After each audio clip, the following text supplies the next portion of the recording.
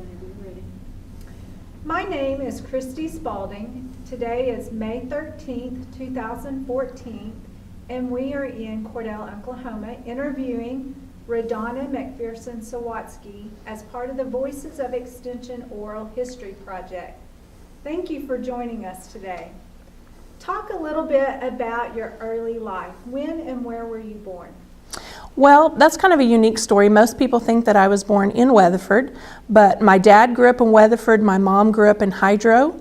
After they got married, they actually moved to California. And so my brothers and I were all three born in California, and then my parents moved back to the Weatherford area.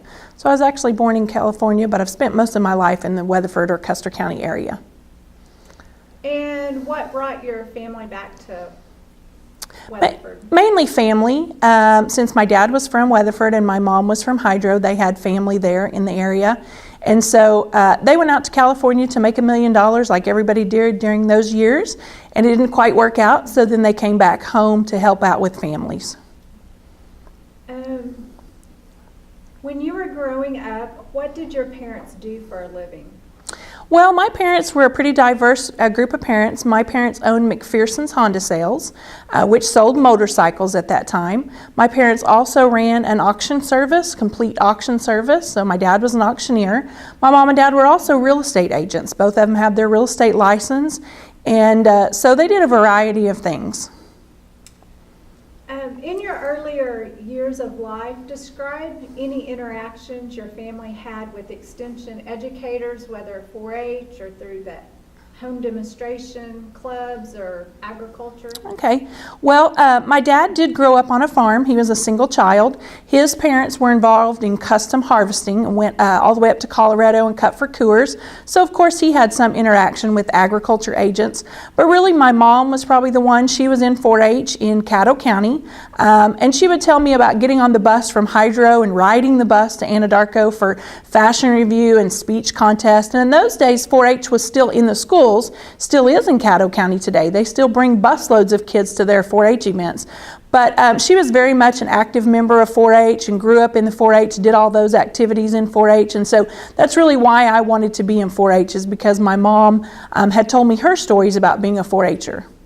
And what is your mother's name? My mom's name is Vonda Ruckman. She was Vonda Ruckman before she married my dad, Vonda McPherson. And what is your father's name? Jimmy McPherson. Okay. Well, growing up, did she tell you any stories about 4-H besides those bus rides, maybe things they did or activities she was involved in? The mainly what she shared with me is just riding the bus. She didn't ride a bus to school. And so she always thought that was kind of neat to get on the bus with all these other 4-H kids and ride all the way to Anadarko, which at that time was a long ways. You know, now we get in our car and we're there before we know it. But riding on a bus, she always thought that was neat. And there were so many kids. There would be hundreds of kids at their speech contest and hundreds of kids at their fashion review.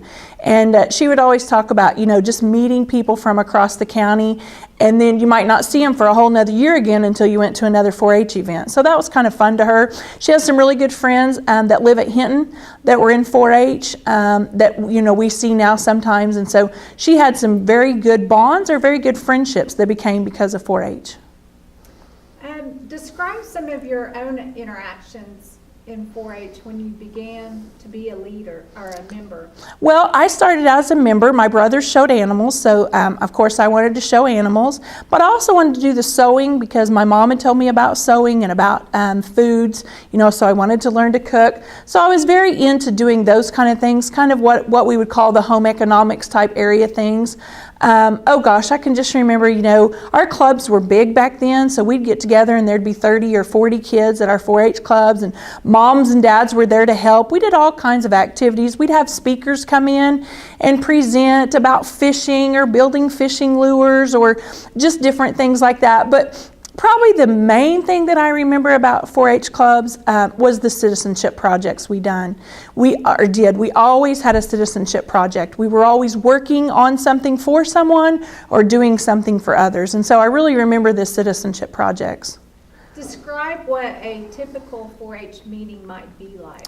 Well, you would have your officers, and they would call the meeting to order, and we'd go through the pledge to the flag, and then we would go through any business, such as if we had contests coming up, what we needed to do to prepare. The leader would mainly handle that and talk to us about things. And then we would usually always have a program, someone either from the community or someone who would teach us about photography or sewing or, like I said, fishing lures, or some type of program that someone would bring in and do a program. We always had refreshments. We had a refreshment committee, and someone always signed up for refreshments. And then we'd usually play a game. We usually had a game at the end, something to kind of draw us in, help us get to know the members since there were so many of us.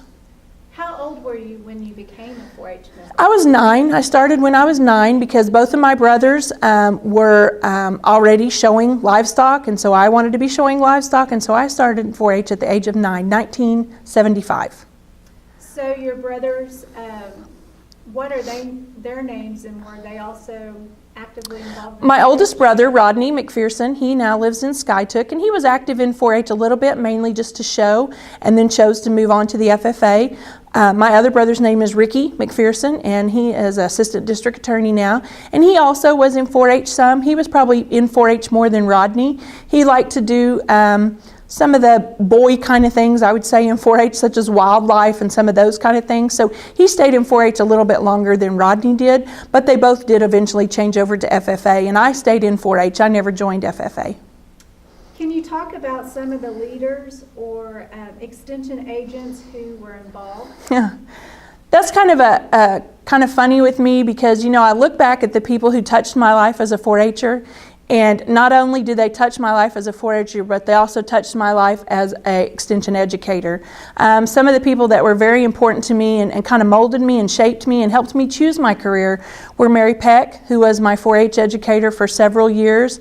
Carol Laverty was my extension home economist for some time. Mickey Simpson Prescott, yeah. She was my extension educator for a while. Lad Hudgens, who became to be my boss when I first started work for Extension, he was my ag agent in my county when I was a 4-Her. So many of those people, not only did they touch my life as a 4-Her, but when I started my career with Extension, they were also still with Extension. Some of them still are with Extension and have touched my life as an adult too. When you began 4-H as a 9-year-old member, do you remember who your 4-H volunteer was, or who the extension educator at that time was? The volunteer, one of the main volunteers, one of the ladies who I spent a lot of time traveling with was Joyce Scomp. She was pretty much our 4-H volunteer there in Weatherford, and she took us everywhere, did everything with us, as well as my mom. My mom was very involved with us and helped us. In the office, we had a time kind of in Custer County where we went through several 4-H agents, but probably Mary Peck and Carol and Mickey were the three that were there during most of my career as a 4-Her. And in which counties is this? Custer County. I grew up in Custer County, so they would have worked in Custer County. And how did these individuals make a difference in your 4-H experience? Well, I'll tell you one thing that's pretty kind of different is I never took a home ec class. In high school, I never took a single home ec class, and so pretty much everything I learned as far as home ec type things, I learned from those educators. They took me places, they sent me places, they drugged me places sometimes because I didn't want to go, but I learned so much from them, you know, because they were always including me in activities, always making me go, always showing me what I could learn from that, and you know, I would say just like a parent, they were almost like a second parent to me because they believed in me. They were there when I had my ups, they were there when I had my downs, and they were just my encouragers, my believers, my cheerleaders, you know, and so they just supported me along that 4-H career and helped me learn a lot of things along the way. How did your involvement with 4-H shape your family's life, your family's involvement? My family today or my family? Your family back then. My family back then. My family is probably a unique family in that although my parents worked full-time, they owned their own business, and so one of my parents was always there. If my dad didn't go to a 4-H event with us, then our mom went. But generally at all of our school activities, whether it be a basketball game, a band event, wherever, usually one of our parents were always there. And so I feel like my family was just a very strong supporter. of us kids. You know, they say today, oh, both parents work today and it's just so hard. But both of my parents worked back then, but one of them was always there to support us. You know, they weren't just our taxi cabs. You know, they were there to cheer us on and support us and be there for us. And so our family rallied around. Whatever one person was doing, we were kind of all doing. You know, I can remember my mom and dad both went to 4-H camps at one time. I did a lot of things with 3-wheelers and 4-wheelers, teaching ATV safety, and so there was lots of times that my dad had to haul me and take my 4-wheeler and go with me, and you know, he'd stay at a day camp with me all day, and so very much a part of the 4-H program. What are some activities that you are involved in through 4-H? Well, one of my main projects was really citizenship, and I was lucky enough to be the state citizenship winner in 4-H, and I'm very proud of that, and I really think that's what 4-H taught me, was citizenship. I loved helping others, and that's been something that I've carried on throughout my life. It's kind of funny because my mom and I did Meals on Wheels when I was a 4-H'er with her. When my kids were old enough to do Meals on Wheels, we did Meals on Wheels as 4-H'er.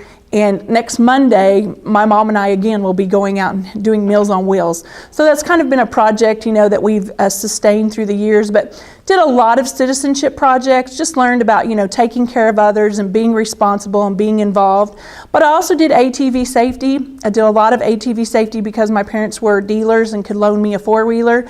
So I would go to day camps. I was very good friends with Guy Harlow, who was our Southwest District Program Specialist, and Ray Parker, who was our state specialist. And so we would go to Leisure Lab and Southwest District 4-H camp and all different kinds of things teaching ATV safety. I also did fashion review. I sewed. I made both my junior and senior prom dresses, you know, which was kind of a big deal at that time. Made both of them and was in the state top 10 with both of them at Roundup and fashion review. I was on the fashion board, traveled with the fashion board. I did run for a state office, and I wasn't able to achieve that goal, but I think I learned a lot, you know, through that process, and so I consider that a success too. What are some things that you learned in your safety project area?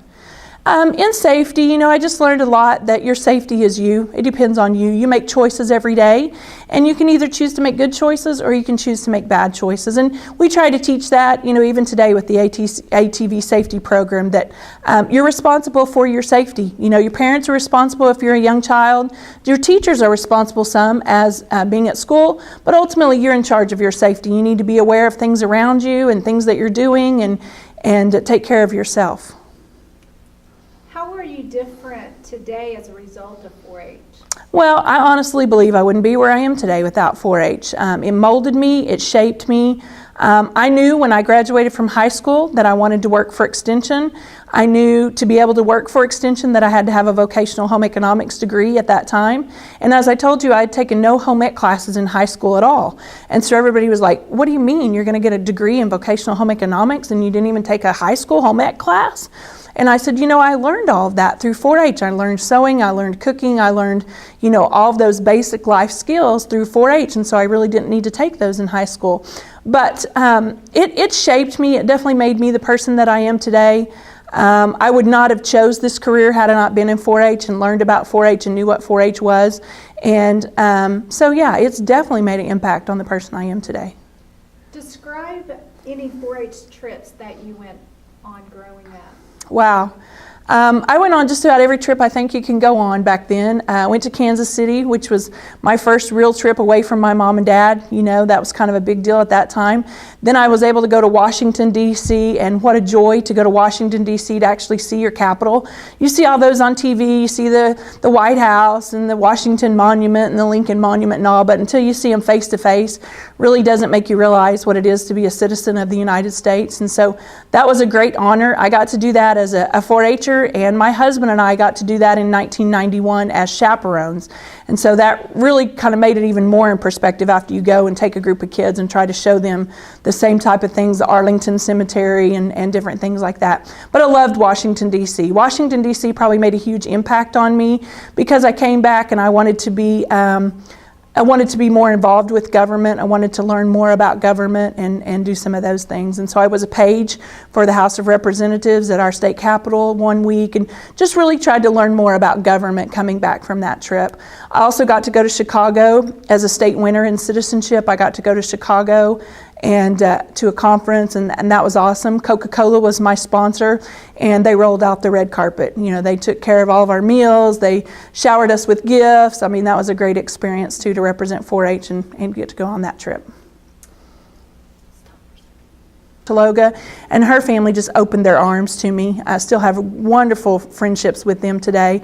And so, you know, just the people were very eager, very open to Terry and I, and you know, we really tried to build a life there. I mean, we went to church there, we stayed there on the weekends, we did the activities there, you know, and so there was a lot of people that were just excited for a young couple, you know, to be in Dewey County and to be a part of that. But Joe Ferris, I know when they had this huge party for me leaving, they asked him if he wanted to get up and say a few words.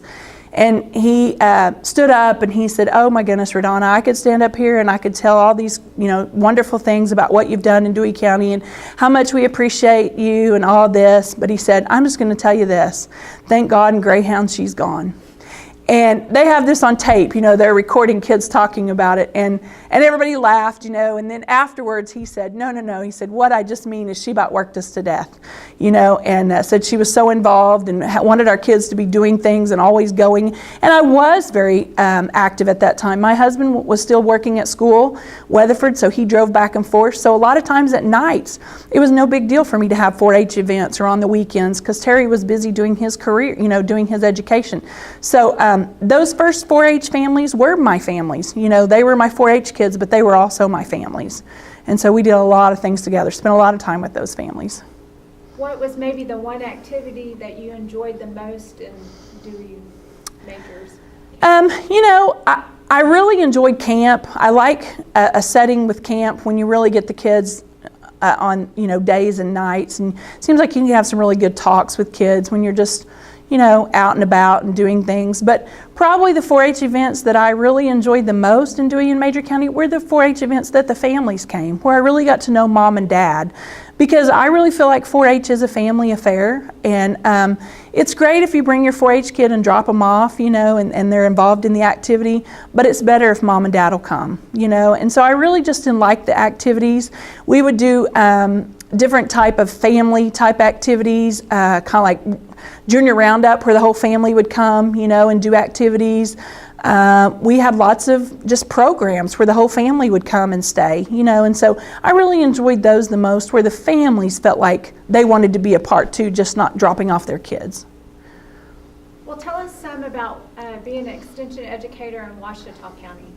Well, when I came to Ouachita County, I was very excited because it was just a one county, you know, and I love the people here. Oh my goodness, they were just so good to me here. Fred Smith was here. The Cordell office was an area office too. So not only did I just have my normal coworkers, but I also had area staff. And Fred Smith was here. Ron, can't think of Ron's last name now, was here as an economist. But probably the biggest person that made an impact on my life while I was here was O.H. Williams. O.H. Williams was just one of those guys that he could treat you like he could treat you like one of his kids. He might even scold you. He might even get on to you. But the next day he'd come to you with a hug and a kiss. And, you know, he just always backed me up, always supported me, would always come in and tell me I was doing a good job. Even on my worst days, you know, he'd come in and say, "Don't you let those parents get the best of you," you know, and just give me a little pep talk, you know. And my daughter was born here. My daughter Taylor was born while we were at Cordell. And there would be some days when Taylor would be sick or something and I'd have to take her to the office with me. And of course all the secretaries would hold her and I would hold her and she would cry and she would cry, and here would come O.H. O.H. would pick Taylor up and sing to her and take her to his office, and pretty soon she'd be sound asleep. You know, and so he'd just tell us ladies, "You just don't have the touch. You just don't have the touch." You know, and still to this day, whenever Taylor does something, you know, he's sent her cards and you know, different things. And when I see O.H., he'll ask, "How's my girl? How's my girl? How's my girl?" You know, and so he was very much a part of, I would say, being not only a father, but almost a grandpa, to Taylor, the short time we were here. But had some great secretaries, Jean and Carol, and and Barbara was here, and Dirk was here, and just had a great group working relationship. We did a lot of things together. We cared about each other. We were a family. We did a lot of things. We went out to eat together, and we were more than just co-workers, and I appreciated that very, very much. And still today, those people are still dear friends of mine. Tell a little bit about Taylor's first county fair she experienced. Taylor, I was actually on maternity leave. Taylor was 10 days old, and so I was on maternity leave from Ouachita County, but my mom is on the Custer County Fair Board, and so we were staying with my mom in Weatherford at my mom's house, and my mom calls me and she says, I know you're on maternity leave, but I've had a judge not show up and I need a judge. Would you come to Custer County and judge? And I said, Mom, I'm on maternity leave. Taylor's 10 days old, She's like, no one will know. No one will know. I just need a judge. So I loaded Taylor up at 10 days old and drug her to the Custer County Fair so that I could judge something for my mom. Well, the rumor got around down here in Ouachita County that I had taken her 10 days old to the Custer County Fair, and why was I not bringing her to the Ouachita County Fair? So the next day or two, I think I had to load her up and bring her down here to the Ouachita County Fair so that all the ladies and 4-H moms and grandmas and everybody could see her, because they were not very happy with me that I had taken her to the first fair was her Custer County Fair. Can you think of any other activities or situations that stick out that mean a lot to you here in Ouachita County, maybe other special volunteers? Well, there's tons of volunteers, tons of people, but what I would like to tell you is just that I've loved my job because it's been a family job. My husband has went to 4-H camp. My husband has helped haul things, helped build things, helped do things. He's came to camp and cooked. He's hauled my four-wheeler for me places. When my kids were little, when Taylor and Tucker were just small, they went to 4-H camp with us. And so, the thing that I've really loved about my job is that I really think it's about families. The 4-H volunteers would always, while I was busy, would take care of my kids and help me with my kids, and never once grumbled about me bringing my kids. Someone asked me one time about my kids and told me, said, they sit so good in church. Why do they sit so good? And I said, because they had been going to fair board meetings since they were in a car seat. My family went with me a lot to meetings and to things. And so they grew up more or less in Extension. And it's still that way today. We went to Wellston to cook for the Centennial, and my husband took his cooker, and he went and he cooked. And my kids are just always there to help me. We've done safety days and we've done different things, and my kids know that, they're a part of it. And I'm going to miss that because my son's going to graduate, so I'm going to have to get me some new little helpers. But if Extension's always been just a family affair. They've always helped me as much as I've helped them. And then after Ouachita County, in your career, where did you go? After Ouachita County, I was able to go back to Custer County. There was a 4-H position open in Custer County, and so I applied for that position.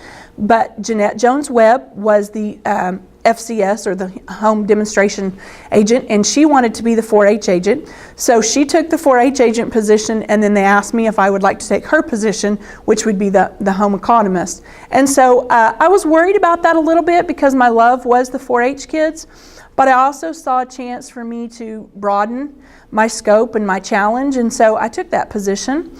I took that position in 93 to be the Family and Consumer Science Educator in Custer County, and I've been there for 21 years now, and it's been a great change. Still very involved with the 4-H. Both my kids have grown up through the 4-H system, and so been very involved with the 4-H, but for some reason that was just the right move at the right time for me. What is a typical day or week like being an Extension educator?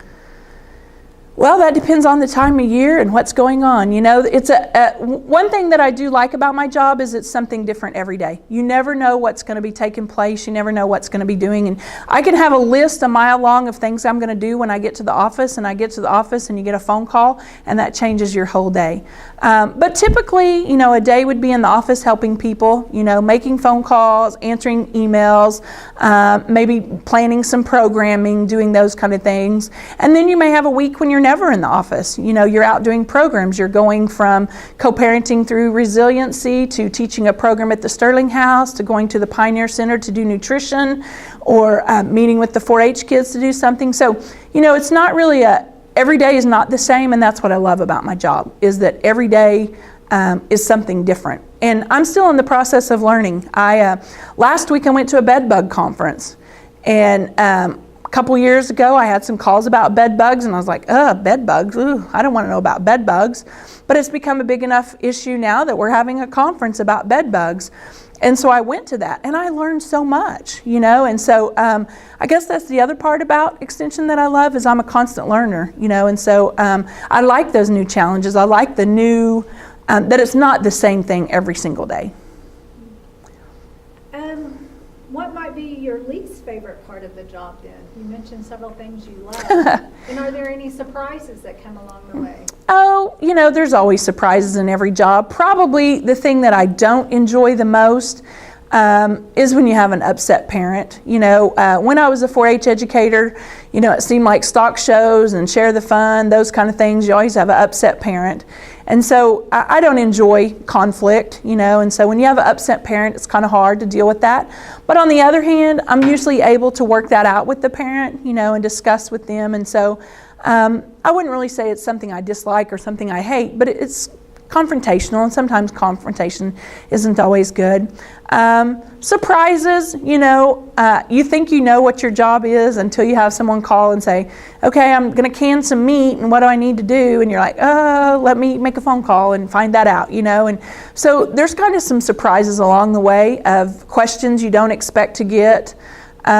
Things you weren't quite ready to talk about. You know, no one really wants to talk about sex education or, you know, texting and driving. I mean, there's a lot of issues that have evolved over the years that I would never thought we would, you know, have to be maybe talking about.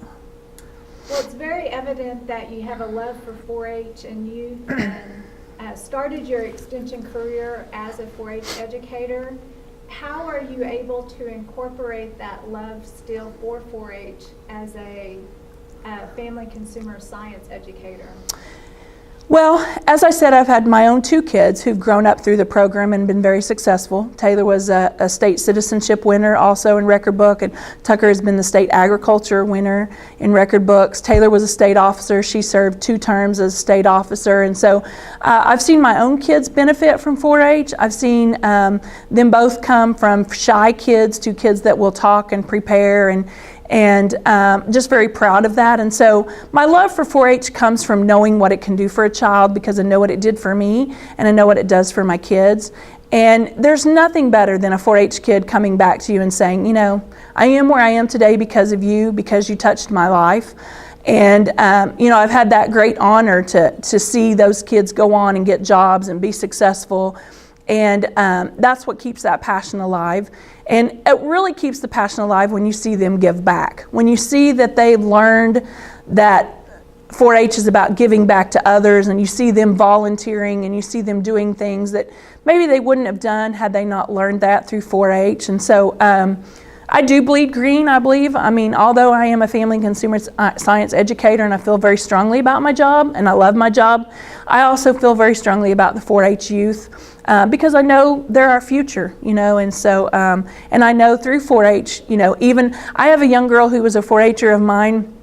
I was the family consumer science educator. I call her a 4-H'er of mine because I feel like sometimes I work as hard with them as a 4-H'er does. She is from Weatherford. Megan was overweight. Megan was very shy, very bashful. Her project was photography. I pushed her many times.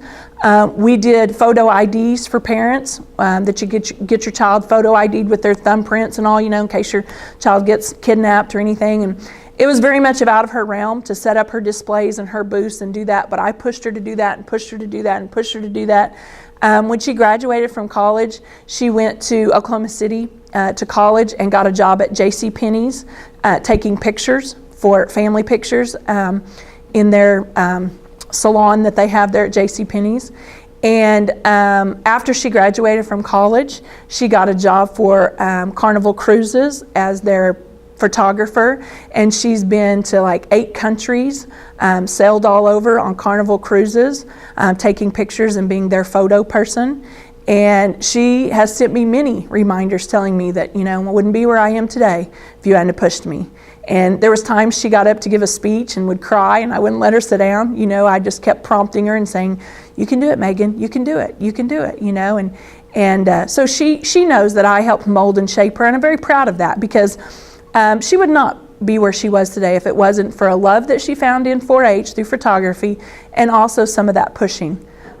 But I do get a little jealous when she calls and tells me what port she's in or where she's at, stuff. But she's found a career from what she loved in 4-H, and I'm happy for that. And so that's kind of what keeps that 4-H love growing. Can you share a couple of other memorable moments or highlights during your career? Well, things like that, when kids call you and tell you, "Thank you for touching my life," They're again my own 2 kids, being in 4-H, and my daughter just graduated Saturday from Southwestern and accepted took a job on Monday, and I know that she wouldn't be where she was today without 4-H. And so, I've not only seen it touch other kids, but I've seen it touch my own 2 kids. My son is very much into agriculture, wants to be an agronomist, and that love has come from being in 4-H and FFA, and so I'm very thankful for that. So not only has it touched my own 2 kids, and I've seen my own 2 kids grow, there's been lots of other kids, and there's a lot of kids out there who are going to be successful no matter what programs there's in, but there's a lot of kids who need that 4-H program that help boost them just a little bit. And so I think that's where I get the most pride, when I see kids who've made it.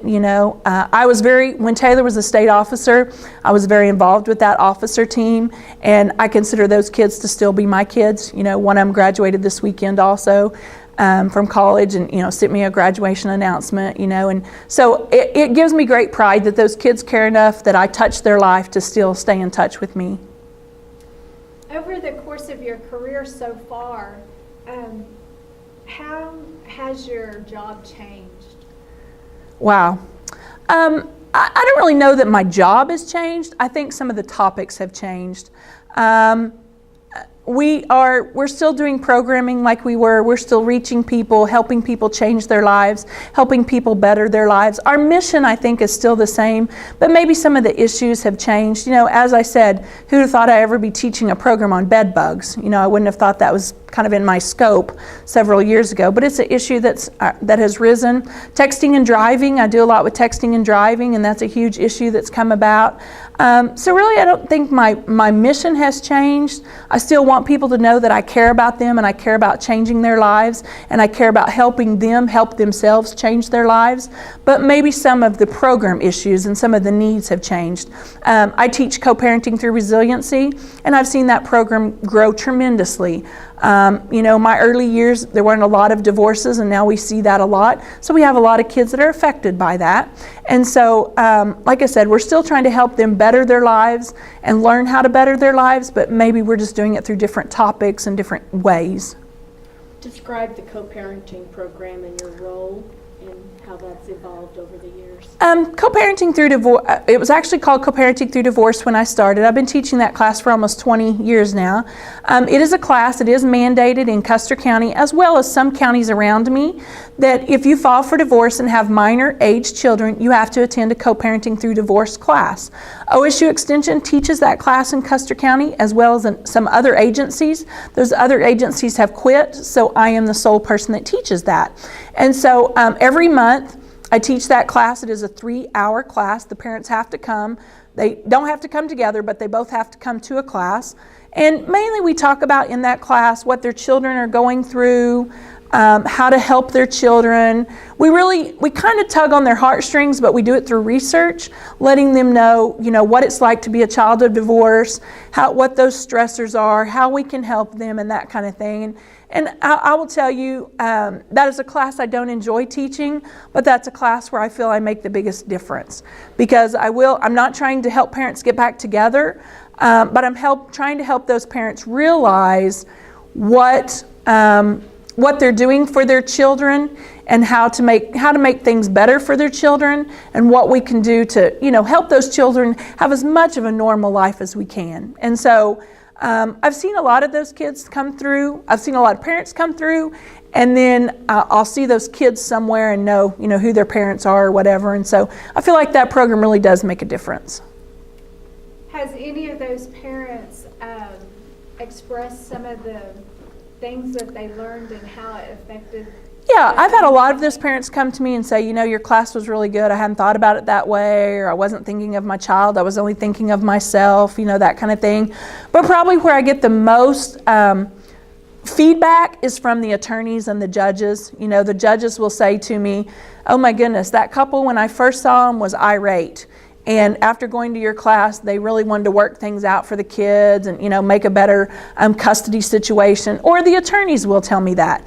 After your class, my two clients were much better at working with each other, getting along. And you could see that they changed from fighting over money and those kind of issues to really trying to work things out for the kids. So I do hear it from the parents, but usually I hear it from the court system more, from the judges, that it makes a difference. And I think that's why it's been so successful. Programs come and go, but this program we've taught in Custer County for over 20 years. And so I feel like it does make a difference, or we wouldn't still be doing it. Is there anything else that you would like to add that we haven't spoken about today? Well, not really, except that, I am very fortunate to have come through the 4-H program. I'm very fortunate that Extension touched my life as a young age. Very fortunate to be a 4-H'er and then to grow up and work for Extension and to touch other people's lives. When the 4-H had their Centennial celebration, my family was selected as one of the heritage families. 3 generations, my mom, myself, and Taylor, all being in 4-H. And we were honored with that at the 4-H Gala. And that was a huge thing for my family, and just to know how much 4-H had touched all of our lives and changed our lives and how important 4-H is. And I hope that my kids, I don't know that either one of them will choose to be Extension educators, but I do know that both of them will be 4-H volunteers because they know how much they got from 4-H and how much 4-H has given them, and they want to give that back. And so I'm very thankful for that. I'm also very thankful that 4-H has taught me the citizenship. We all got to live together in this world. And so it's very important that we get along and we help each other along the way. And we all have trials and tribulations. And so I'm very fortunate to be in a job where I feel like I can help people and I feel like it's a service job. And that I have some of the dearest friends in Extension. Some of my OHCE ladies are just like grandparents to my kids. They do anything for my kids, and so I'm just thankful. It has been a job, but it's also been a relationship, and it's been a family. And what better job could you have? Really, when you put all those things together, that's worth going to work for. And so I appreciate, that's what Extension's about, is helping people help themselves, but also building those relationships. And so I'm thankful to Extension for giving me a chance. I didn't graduate from OSU. I graduated from Southwestern, and someone said, oh, you'll never get hired because they only hire people who come from OSU. And so I'm very thankful that they gave me a chance, and I hope that they're thankful that I've made a career out of it, because this is the only job I've had, and I've worked for 25 years, and I'm very blessed to have this job. I'm very thankful for it. Well, we would like to thank you for coming today and talking with us and sharing with us. And thank you for your time, and we have enjoyed listening to your stories. Thank you. It's been my pleasure. I appreciate it.